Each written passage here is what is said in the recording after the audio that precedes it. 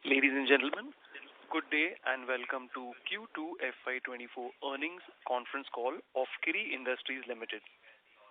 As a reminder, all participant lines will be in the listen-only mode, and there will be an opportunity for you to ask questions after the presentation concludes.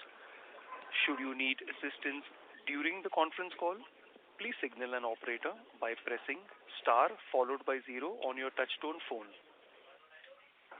Please note that this conference is being recorded. At this time, I would like to hand over the conference over to Mr. Amit Thakkar from Valorem Advisors. Thank you, and over to you, Mr. Amit Thakkar. Thank you. Good evening, everyone, and a warm welcome to you all. My name is Amit Thakkar from Valorem Advisors. We represent the investor relations of Kiri Industries Limited. On behalf of the company, I would like to thank you all for participating in the company's earnings conference call for the second quarter and half year of the financial year 2024. Before we begin, I would like to mention a short cautionary statement, as always. Some of the statements made in today's earnings call may be forward-looking in nature. Such forward-looking statements are subject to risks and uncertainties, which could cause actual results to differ from those anticipated. Such statements are based on management's belief as well as assumptions made by and information currently available to management. Audiences are cautioned not to place undue reliance on these forward-looking statements in making any investment decisions. The purpose of today's earnings conference call is purely to educate and bring awareness about company's fundamental business and financial quarter under review. I would now like to introduce you to the management participating with us in the conference call. We have with us Mr. Manish Kiri, Managing Director, Mr. Jay Shirani, Senior Manager, Accounts and Finance, and Mr. Suresh Gondalia, Company Secretary. I would now request Mr. Manish Kiri to give us his opening remarks. Thank you, and over to you, sir. Good evening, everybody, and welcome to the earnings conference call for the second quarter and half of the financial year 2024. Let me first brief you on the financial performance of the second quarter and half year of the financial year 2024, followed by the operational highlights.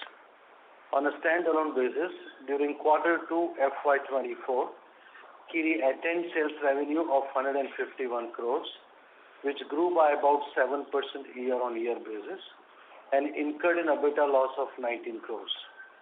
Net loss for the quarter was 34 crores. Coming to half-year numbers, company attained standalone sales revenue of 293 crores, lower by approximately 6% year-on-year, and EBITDA loss of 31 crores against EBITDA loss of 64 crores in the same period of the last financial year. Net loss was 35 crores versus net loss of 70 crores in the same period of the last financial year. On a consolidated basis, quarter 2 FY24 revenue stood at 231 crores, which degrew by about 5% year-on-year, with an EBITDA loss of 10 crores. Net loss for the quarter was about 27 crores on consolidated basis. Coming to half-year numbers, company attained consolidated sales revenue of 458 crores, lower by about 12% year-on-year, and EBITDA loss of 8 crores against EBITDA loss of 16 crores in the same period of last financial year.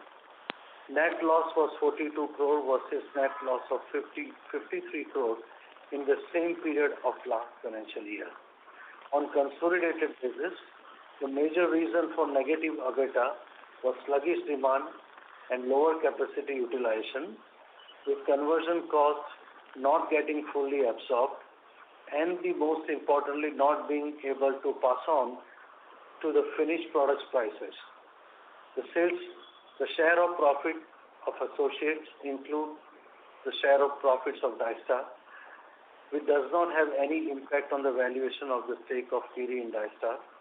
The value of Kiri's stake in Dystar is $603.8 million, determined by SICC by its judgment dated March 3, 2023 for the execution of the buyout ordered and upheld by the Supreme Court of Singapore. On a standalone basis, EBITDA margin are negative in quarter 2 on account of sluggish demand, flat material margins, and continuing higher and higher legal costs.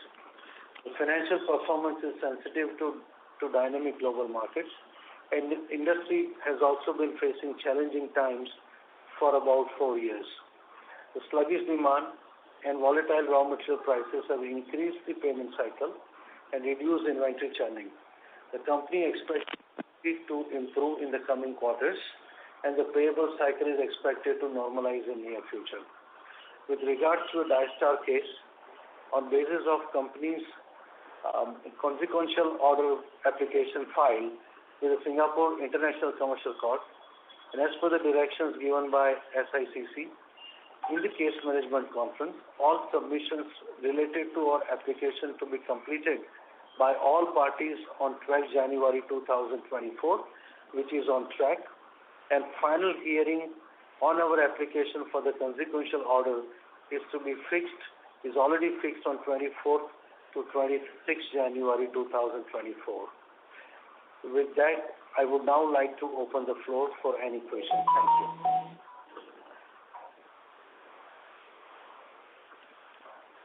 Thank you very much. We will now begin the question and answer session. Anyone who wishes to ask a question may press star and 1 on their touchtone telephone. If you wish to withdraw yourself from the question queue, you may press star and 2. Participants are requested to use handsets while asking a question. Ladies and gentlemen, we will wait for a moment while the question queue assembles.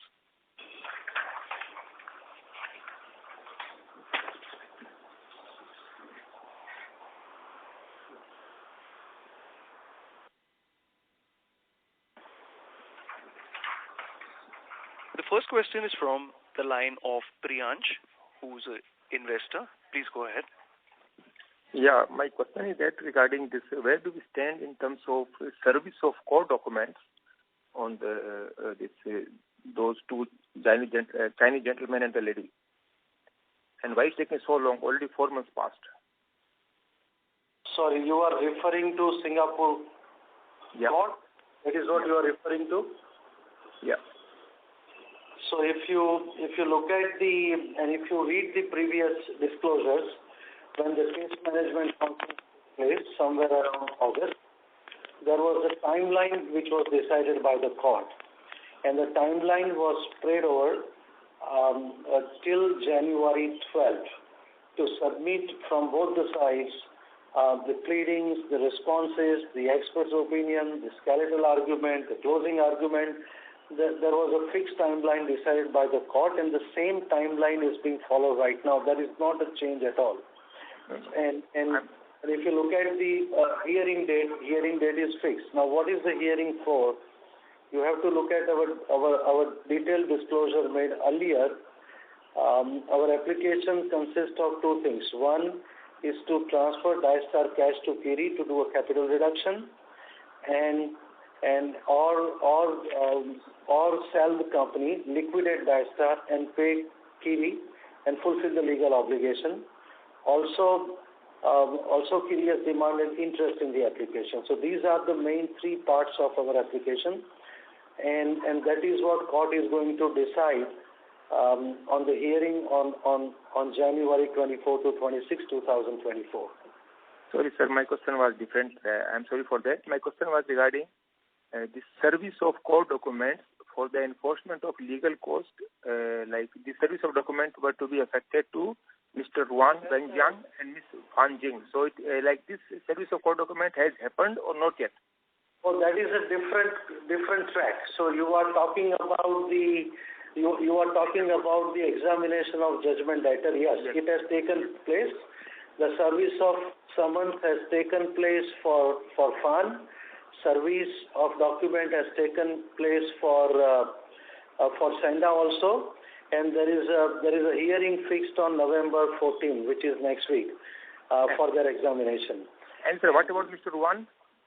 And Ruwan, the service has not taken place yet because seems that Ruwan is running around, right, and we are chasing him.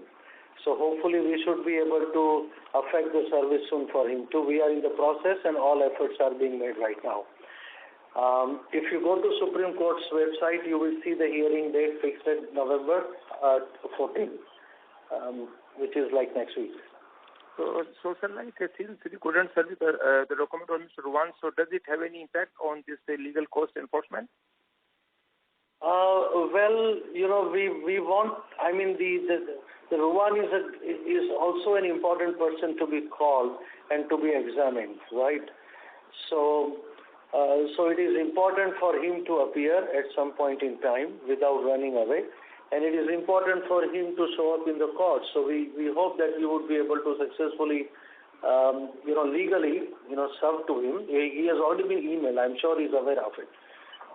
But legal serving, we will try to achieve as soon as possible. So, like, just for understanding, sir, like, since for enforcement of legal cost, do we mandatorily need their appearance for the examination? So, whether we will also need the similar kind of examination of judgment debtor for the main case of $603 million also? For $603 million, no, I think there is a confusion which you are having. $603 million and recovery and enforcement of $603 million is being affected by our application for the consequential order, for which the legal process is already on. There is no requirement of enforcement of for the judicial examination of the debtor for 604. Already there in the court. Ruwan has already submitted affidavit in the court, right? And our response affidavit would be filed. So for 604, the court process is already there, right? It is not needed for that.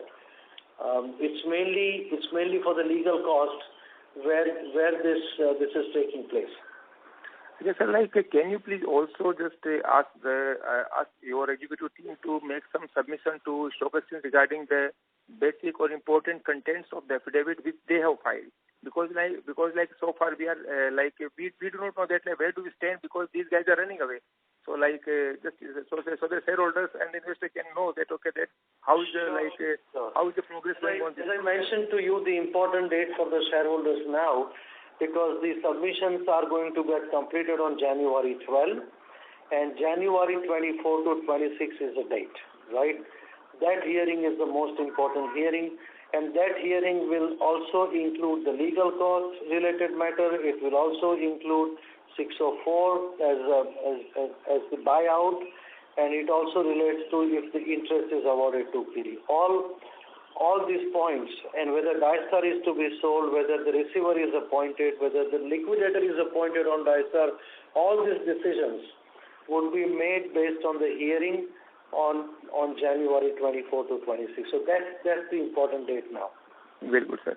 So my last input here is that I was just making some research on this thing. So it came to know that somebody has mentioned that since these guys do not have funds in Singapore, they have to bring funds either from Hong Kong or from China.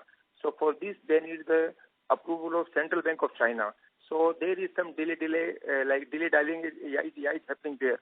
So here I just want to bring to your kind attention and give a humble suggestion here that suppose if the Chinese government is not giving approval for them to make the payment of $600 million, I will just request that we have to be firm, because our Indian government in a similar kind of international arbitration case recently, or I will say 1 year ago, our government has paid $1 billion to CAN because CAN won the case of this retrospective taxation in the international arbitration court, and our central government has paid $1 billion. Their own money they have paid to them. So what I'm saying that whatever kind of pressure they can give, we should not come to any compromise, reduce the amount or whatever thing. We should get a full amount.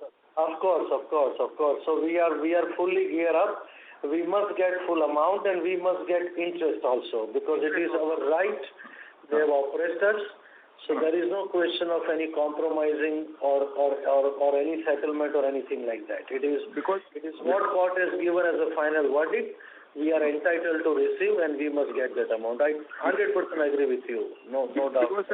Because like this, we India are like much behind than China in terms of this prosperity or the economic wealth. So even when India can pay $1 billion, for them is nothing. And like their Chinese government is not paying. Yeah, like the company is paying. They have to only give the permission to transfer. That's it. So it's like I noticed it somewhere, so I thought I should bring to your kind business. So I understand, and we also know this very well, and it's a very good point you raised, and it is an excuse. There is no evidence anywhere that Chinese government has denied or Chinese government has given instructions not to honor Singapore court order. I don't think even Chinese government has given anything that suggests to dishonor Singapore court order. Absolutely agree, sir, because, yes, sir, same thing I was saying, because like since India is also sovereign country, China is also sovereign country, they have to they have to follow this this world economic rules, sir. Correct, and they haven't said that they will not follow. They haven't said it. It's only it's only the ill intention and bad intention of the guys who are trying to raise these excuses, which yes, sir. And we don't agree with that. Yes, sir. Thank you, sir. Thank you, sir. Thank you, sir. Thank you, sir. Thank you. Thank you. My last question, if you allow, sir. Like our main business is in deep red. So what kind of this roadmap do you see to turn around and bring it in black, sir? You are talking about the domestic business, correct? Domestic. Yes, sir. Right. Actually, as you can see that compared to half year last year, this year half year is better, but still not to the satisfaction. And we have done a lot of changes in terms of reducing our costs, reducing expenses, and you will see in a quarter or two we should be on track.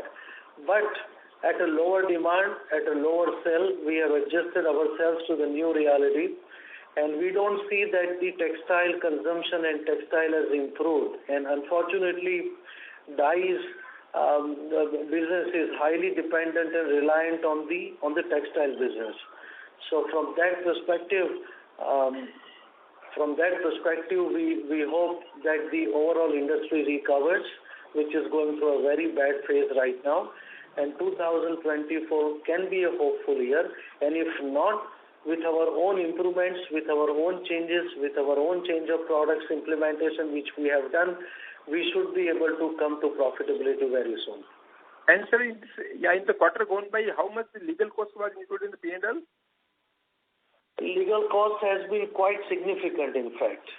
And for example, on a consolidated basis, if you take out the legal cost, we are already breaking even as on today. Okay. Very good. My last submission regarding this, since our dye business is down here, so how the business of Dye Star is performing? Like this Dye Star is making profit in the quarter, or like how are they doing? Like Dye Star business is also reduced, and if you see the disclosed results of Dye Star, it has also gone down. The numbers have gone down. The sales has gone down. So compared to 1 billion annual sales, the current projections of Dye Stars appear to be around 800 million. But anyway, the existing performance of Dye Star or current performance of Dye Star or Dye Star's profitability, it has nothing to do with Kiri anymore. We are just consolidating because we continue to be shareholders. Yes, sir. Beneficiary to the profit of that company. Kiri has nothing to do with the economic performance of Dye Star. Kiri is only entitled to the buyout amount, and which has been decided on 3rd July 2018 valuation. So that is the amount that Kiri is entitled for, irrespective of what Dye Star's business performance is up or down. Mm-hmm. Yes, sir. So like you mentioned, sir, like to Mr. Ruan, like he already submitted his affidavit for the main case. So since the affidavit was submitted by Ruan or by his legal representative, so to the same person, we couldn't serve the court document for the legal costing. For the current legal proceedings, representing Senda, Ruan has submitted the affidavit. No. What I'm saying, for the legal cost, we have to also we have to also affect that. Mr. Priyansh, I'm so sorry to interrupt you. In order to ensure that the management is able to address all the questions. Okay. Fine. Go ahead. Can you please rejoin the queue, please? Sure. Thank you. Before we take the next question, a reminder to all the participants, you may press star and 1 to ask a question. The next question we got is from the line of Mr. Ayush Tandon he's an individual investor. Please go ahead. Congratulations, Mr. Kiri, for all the efforts that you have been doing for the Diastar matter. I have 2 questions. Thank you, Ayush. Most welcome. In the previous call, you had mentioned that Diastar has about 350 million in cash in its books. The first question is, how are we ensuring or how are we gaining comfort that the cash in Diastar is not being dissipated, because that is quite critical to our recovery? Yes. So to give you the latest number, that cash has increased from 350 to 460 million now. Okay. So cash and cash equivalent in Diastar has even increased post that, as we speak as on today. And we have been participating in Diastar's board meeting. We have been keeping watch on Diastar's cash, and till now no cash has been dissipated. So cash is still in Diastar, and the recent submissions from Diastar to the court has also confirmed that this cash is available in Diastar. Okay, that's very heartening to know, Mr. Kiri. The second question is that one of the prayers in respect of the suit that we have filed is about either winding down the company to sell the company and recover funds, or selling the company as is on a going concern basis. My question is, in the absence of the Longshan Group, what is the ability of Diastar to just stand on its feet and continue as a going concern?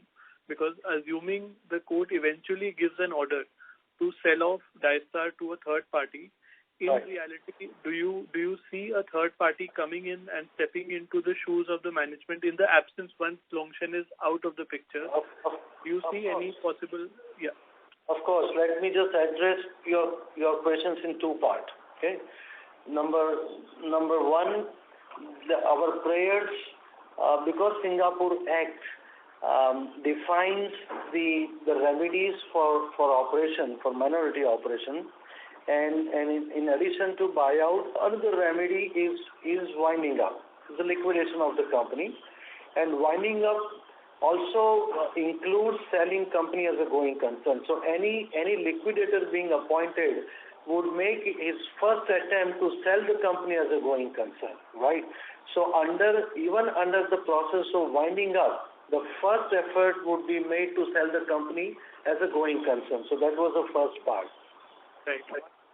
And second part, we don't see any problem for any new buyer who take over Diastar to be dependent Longshan. As a matter of fact, we strongly believe, and we know the operations, we know the current purchase of Diastar from Longshan, I personally believe, is also inflated to some extent. That is my personal opinion, correct? And if any third party who purchases Diastar doesn't need to necessarily buy from Longshan, there are many other disposed dies suppliers, and the one category of products that Diastar purchases is disposed dies, and there are many other suppliers of disposed dies, producers of disposed dies available in China. To give you one more example, even before Longshan was acquired by, Diastar was acquired by Kiri and Longshan was not a supplier to Diastar, by the way, and still Diastar was operating for more than 30-40 years. So not necessarily that Diastar is dependent on Longshan. There are other available suppliers, and if Longshan wishes to supply, can also supply to Diastar even after it is being taken over by somebody else. So I don't see dependency on Longshan China for the new buyer for the operations of Diastar. And by the way, there are no plants of Diastar operation in China anymore. It's zero. All manufacturing facilities which are operating as on today are all outside China. Understood. One quick follow-up question, when this is the last one. So in respect of the cash that is sitting in Dystar, are we aware if Singapore laws permit the sort of capital reduction that we are asking for, which was going to be in the range of 350 or 400? Because I'm assuming you will need to leave some cash in the company. Correct. So we have requested the cash to be transferred to Kiri for capital reduction is 282 million. Right. So we have also allowed enough room when we suggested this number so that Dystar's operational continuity is not affected. So out of 460, we have requested 282, and then it is prerogative of the court. If court is deciding for capital reduction, to how much, to what extent, of what amount is to be ordered. Understood. That's all from my end. Thank you so much. All the best. Thank you. Thank you. A reminder to all the participants, you may press star and 1 to ask a question. The next question is from the line of Raghav Hans, who's an investor. Please go ahead. Hello, am I audible? Yes, Raghavji, please go ahead.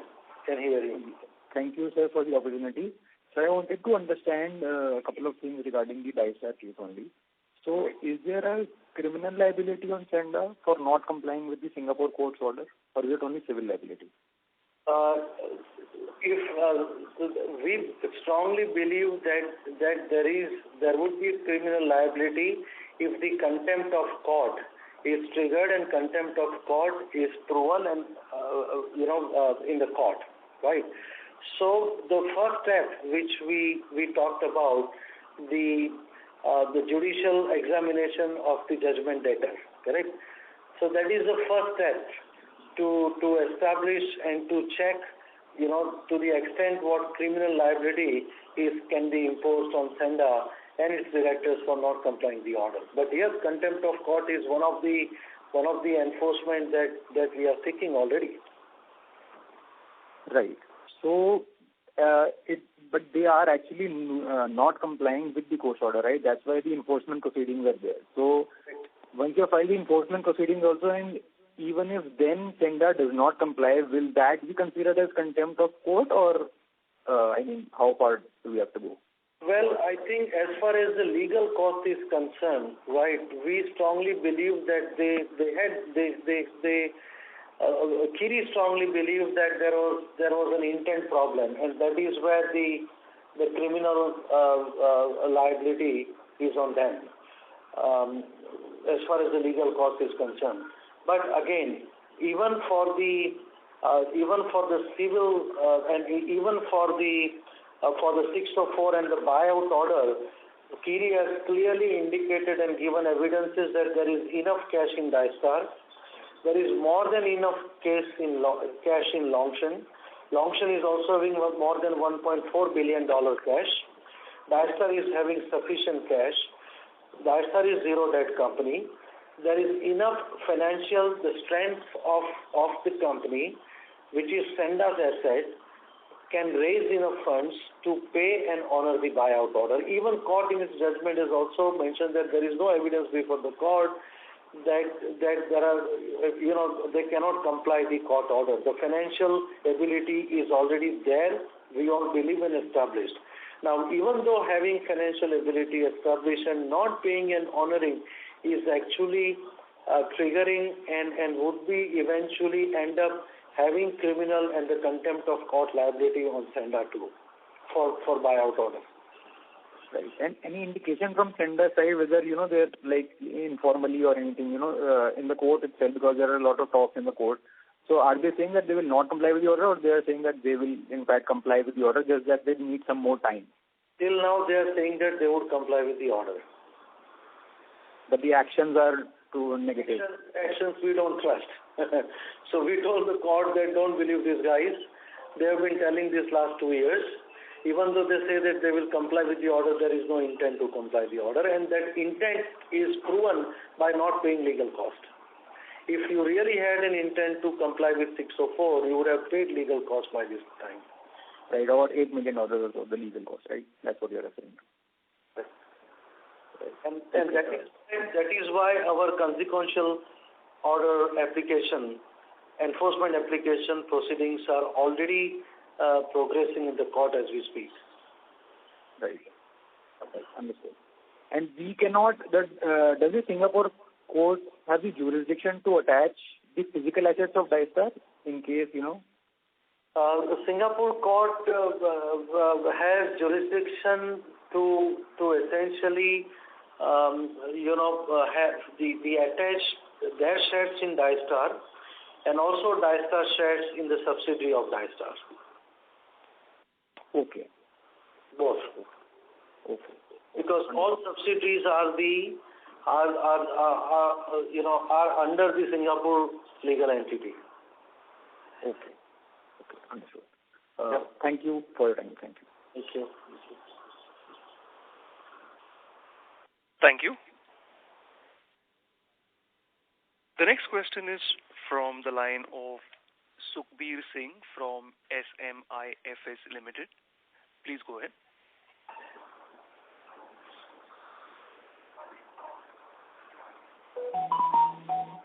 Hello, Mr. Sukhbir. Hello, am I audible? You are audible. Go ahead, sir. Yeah. Good evening and thank you for the opportunity, sir. Can you please provide us some outlook regarding the dye and pigment industry domestically and globally also? I think if I give you the overall perspective of dyes as well as pigments, but because both industries are not doing well currently, and probably going through one of the worst times in the history. The consumption has still not, picked up because textiles not doing well, and because of that, dyes industry which is highly dependent on textile has been impacted. To give you certain numbers, the export of dyes and dyes-related products has reduced drastically, and some product categories reduced up to 40%, 30%. In reactive dyes, it is almost 40% down year-on-year average basis. Right, so there is significant reduction in exports of dyes, number one, and that has also created a pressure on the prices in the domestic market and in the domestic sales, and also the price levels in India have been impacted due to lower demand in exports market.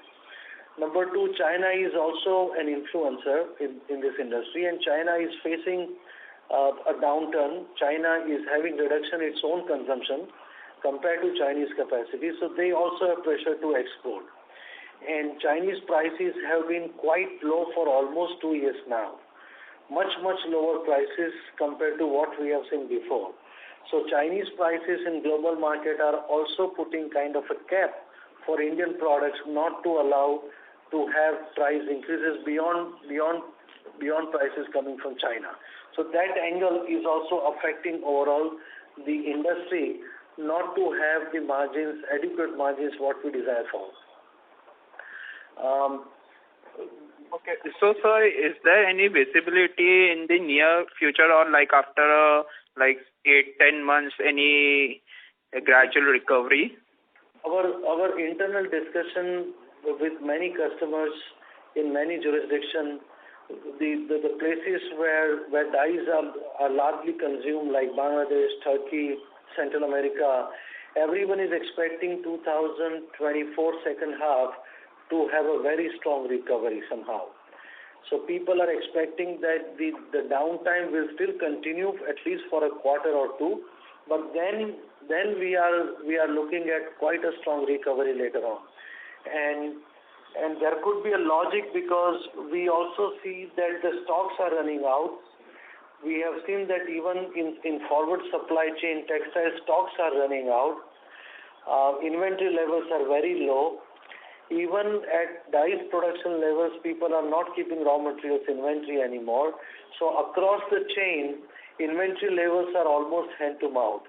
And that will also trigger another spur of demand to have more and more volume pickup we can expect in 2024. Either second half or maybe after the first quarter, We will see how soon it comes, but there has to be recovery in 2024 because this thing has been continuing too long by that time. Okay, sir. Thank you so much, sir, for the opportunity, and happy Diwali, sir. Thank you, you too. Thank you. Before we take the next question, a reminder to all the participants that you may press star and then 1 to ask a question. The next question is from the line of Mr. Rahul Jain, who's an individual investor. Please go ahead. Yes, hi. Thank you for the opportunity. So the question is, a few months back, you had filed on the exchange that you have hired the Queen of England counsel, on your legal team to add some firepower. How is that progressing, and what is the broad sense from lawyers regarding this case, and what are our chances, and by when can we see a resolution? I mean, just to understand that since we're spending so much on legal fees quarter on quarter, and we've in fact increased that last few months. Right. And yeah, so if you look at the legal team which we have strengthened, and the opinion from our legal team is very strong, and we are in a final phase of this enforcement, and where we fully trust Singapore system and Singapore judiciary, that eventually there has to be a resultant outcome of the minority operation that Kiri has been suffering for almost 10 years now. Okay, so it has been established that since 2013-14, Kiri has been under minority operation, suffering from Longshan. And 10 years is a very long time. Now, if you look at even after the conduct of SENDA, even after court's final judgment, even after sitting on a very valuable asset, even after sitting on so much of cash, do not express an intent to honor the court, and which is not a good thing, which is not nice. And I think everyone in the legal system, judiciary, us, we all probably, by the hearing on January 24-26, might think that enough is enough. I mean, you have dragged this to so many years, not only SENDA's fault, but court process also continued. But I'm talking about after the final decree, after the final judgment, after November last year, after March this year, you have dragged too long and not to comply with the order. So this has to come to an end. Either Dystar's cash has to be transferred to Kiri, or Dystar is to be sold or wound up, and the legal obligation must be completed. That decision has to come in the first quarter of 2024, and I am sure court will do a justice. I am sure court doesn't want their order to be a paper order and not actually enforced and executed. It is in nobody's interest. So the hearing from January 24 to 26, court is going to take call on all our prayers, and we hope that there are sensible decisions made in their judgment, which allows the receiver, which allows the liquidator to get into Dystar and to execute the court orders, because just leaving to these guys, they are not going to do anything. So the sensible way, what Kiri has proposed is take away capital reduction objective from SENDA or the sale of the company and put it to a third party which directly reports to court. I understand that. My question is, in a broader sense, do you see the court being more sympathetic to expedite this case, seeing the kind of minority oppression Kiri has and your clear? Court is very sensitive. If you look at the last few judgments, court has clearly written that this has been a long-stranded battle. Court has also recognized the extent of time these legal cases have taken. So court is very sensitive to this. And if you look at the way court has given timelines, in the last case management conference till January 24, it's all very strictly followed. Court has not allowed undue changes in the dates since August till date, and you will see that the hearing will also not be changed. It will happen. So court, I think based on the conduct of the court, to be fair, based on the discussion took place in the case management conference, court is very sensitive and court is concerned on the execution of the order. Very much. Okay, sir. Thank you, sir. That is very helpful. And I hope 2024 is the year when, you can finally finish all this pain, not just from the court side, but also from the business perspective. So thank you. Well, thank you. Thank you. The next question is from the line of Priyansh, who's investor. Please go ahead. Sir, I was just trying to understand this, the process. Welcome back. Tell me, please, yeah. Sir, am I audible?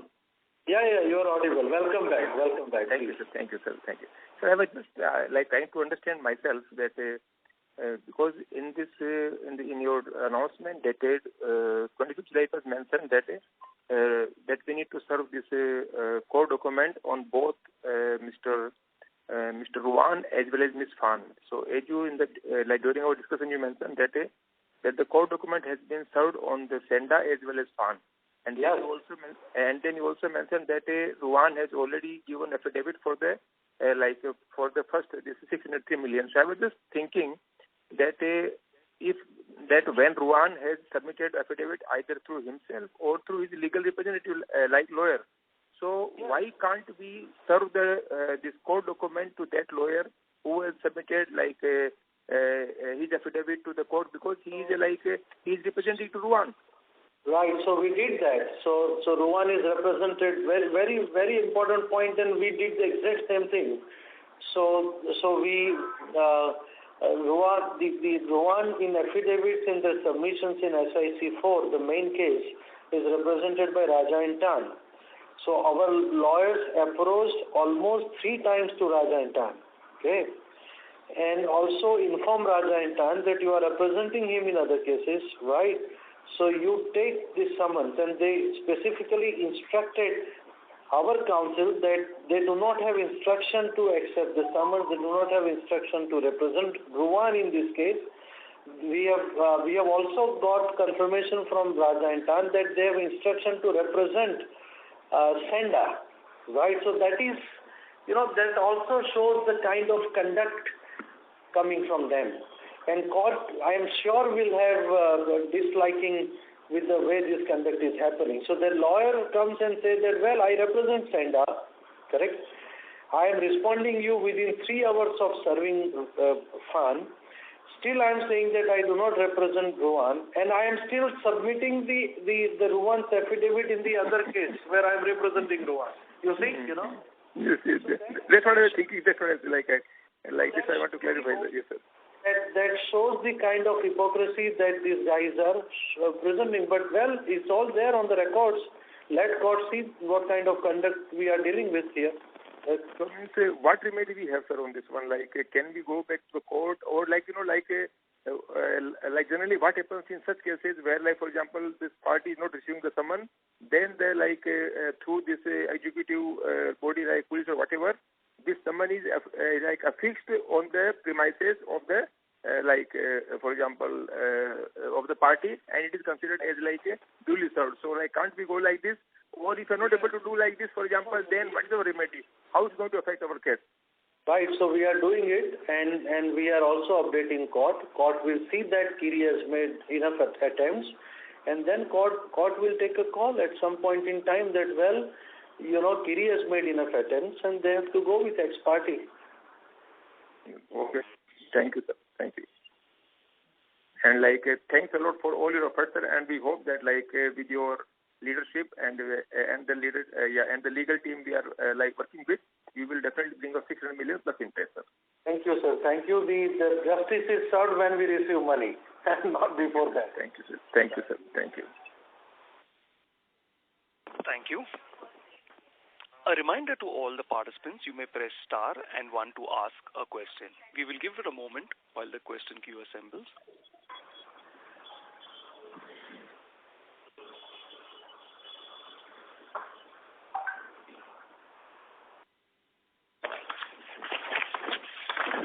I think there are no further questions.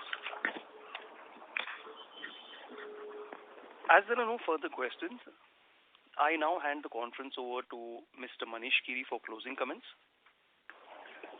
Thank you all for participating in this earnings conference call. I hope we have been able to answer your questions satisfactorily. If you have any further questions or would like to know more about the company, please reach out to our investor relations managers at Valorum Advisors. Thank you very much. I wish all of you happy Diwali and prosperity for you and your family. Thank you very much. Thank you. On behalf of Kiri Industries Limited, that concludes this conference. Thank you for joining us, and you may now disconnect your lines.